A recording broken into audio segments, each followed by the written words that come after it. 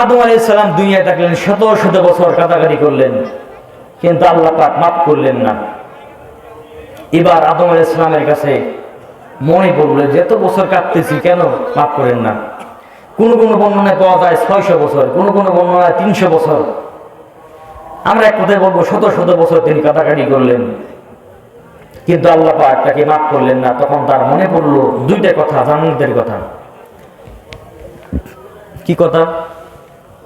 এক নাম্বার, আদম আলাইহিস সালামকে যখন আল্লাহ পাক তৈরি করলেন, আদম আলাইহিস সালাম সিজদারত অবস্থায় ছিলেন।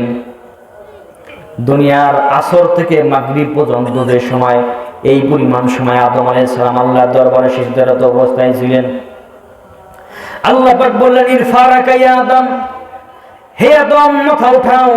আদম আলাইহিস সালাম যখন মাথা উঠালেন, ফারাফাহু ফি সূরাতিহি আরশি মুআল্লাক, বিসমিল্লাহির রহমানির রহিম, লা ইলাহা ইল্লাল্লাহু মুহাম্মাদুর রাসূলুল্লাহ, বলেন সুবহানাল্লাহ।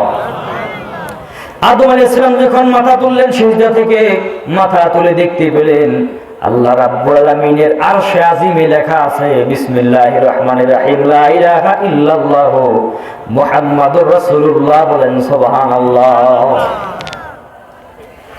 দুই নম্বর কথা মনে হলো, আল্লাহ পাক আদম আলাইহিস সালামকে একদিন জান্নাতে ডাক দিয়েছিলেন, ইয়া আবা মুহাম্মদ, হে মুহাম্মদ সাল্লাল্লাহু আলাইহি সাল্লামের পিতা।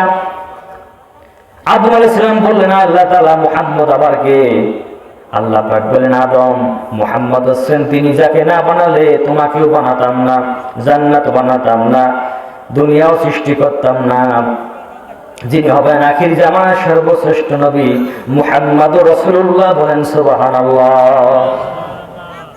এবার আদম আলাইহিস সালাম বলেন, আল্লাহ তাআলা বুঝতে পেরেছি, শত শত বছর কাটাকাটি করেছি, তুমি ক্ষমা করো নাই, এবার আমি তোমার দরবারে তওবা করি। আল্লাহুম্মা তাকাব্বাল তাওবাতি বিওসিলাতি নবিকাল হাকিম সাইয়্যিদুল আবরার নূরে মুহাম্মদ সাল্লাল্লাহু আলাইহি সাল্লাম, বলেন সুবহানাল্লাহ। আদম আলাইহিস সালাম বলেন, আল্লাহ তাআলা এবার আমি তোমার দরবারে তওবা করি, তোমার সেই প্রিয় ব্যক্তি, সেই প্রিয় বন্ধু মুহাম্মদ রাসূলুল্লাহ সাল্লাল্লাহু আলাইহি ওয়াসাল্লামের ওসিলায় আমাকে ক্ষমা করে দাও, বলেন সুবহানাল্লাহ।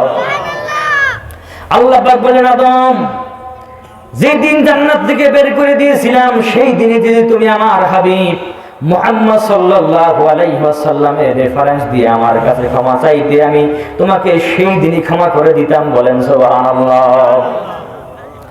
যদিও শত শত বছর পরে ক্ষমা করো চেয়েছো, ইন্নী গাফারতু যামবাক ওয়া জাআলতুকা মিনাল আমবিয়া, আদম শুনে রাখো, তুমি আদমকে ক্ষমা করলাম, শুধু ক্ষমা করলাম না, তুমি আদম আব্দুল্লাহকে নবিয়ুল্লাহ বানাইয়া দিলাম, বলেন সুবহানাল্লাহ।